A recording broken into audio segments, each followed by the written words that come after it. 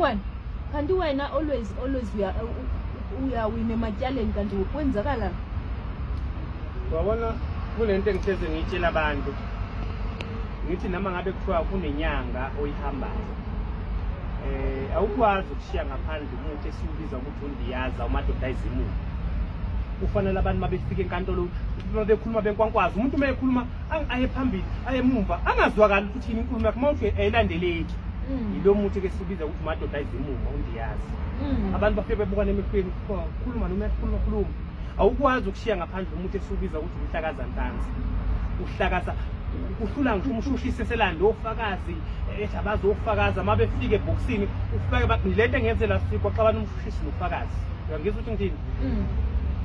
Yona nduku kufanele ube nazo endubini kufanele uthake umuntu okuthakelayo angayishiyi ngaphandle lezo.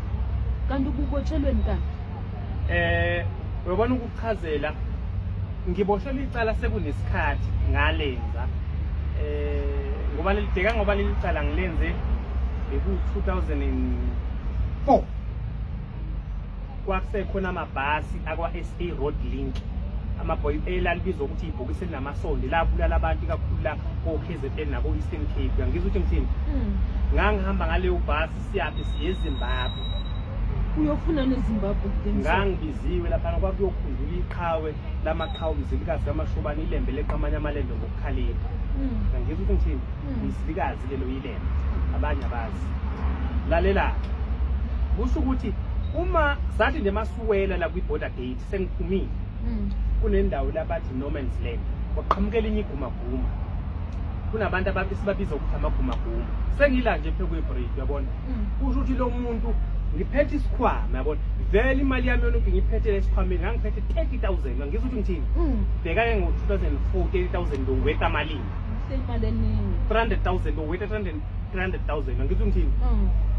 Mali izaleli igumaguma bese lithi gaga kalingibone sibhekane ngqomehlweni. Bese sithi lethala imali.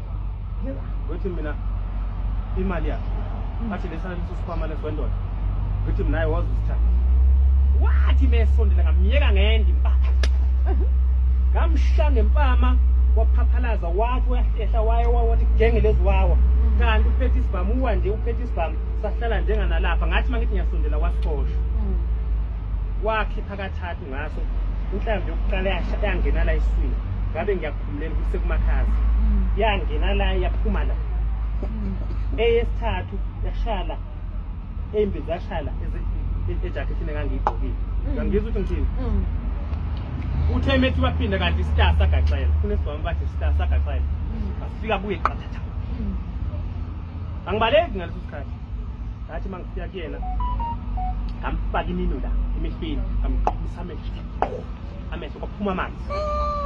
Ngangizwa ukuthi ngithini? Ngafaka isandla la kule ndawo le umuntu uqhubeka ngokukhiphela ngaphandle amemezo oma bathi hayibo musukubulala vele ngoba vele usuyambulala vele umuntu